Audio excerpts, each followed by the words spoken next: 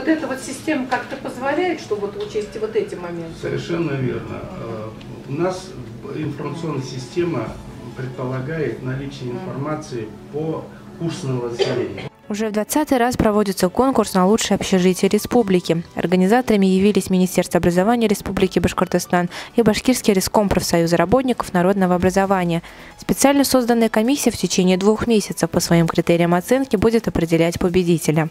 Здесь критериев очень много, то есть начиная от того, насколько комфортно проживать можно, так сказать, в общежитии, плюс безопасность, плюс, так сказать, досуг, как организовано, конечно, самоуправление, студенческая дисциплина. Башкирский государственный университет на уровне республики представил общежитие номер 5. Студенческий совет общежития знакомил членов жюри со своей работой в вопросах заселения студентов, организационных и культурно-массовых моментов.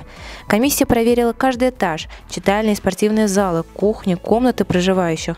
Члены жюри отметили все плюсы и минусы общежития в целом. Порадовала работа студенческого совета. Мы здесь были последний раз в 2012 году.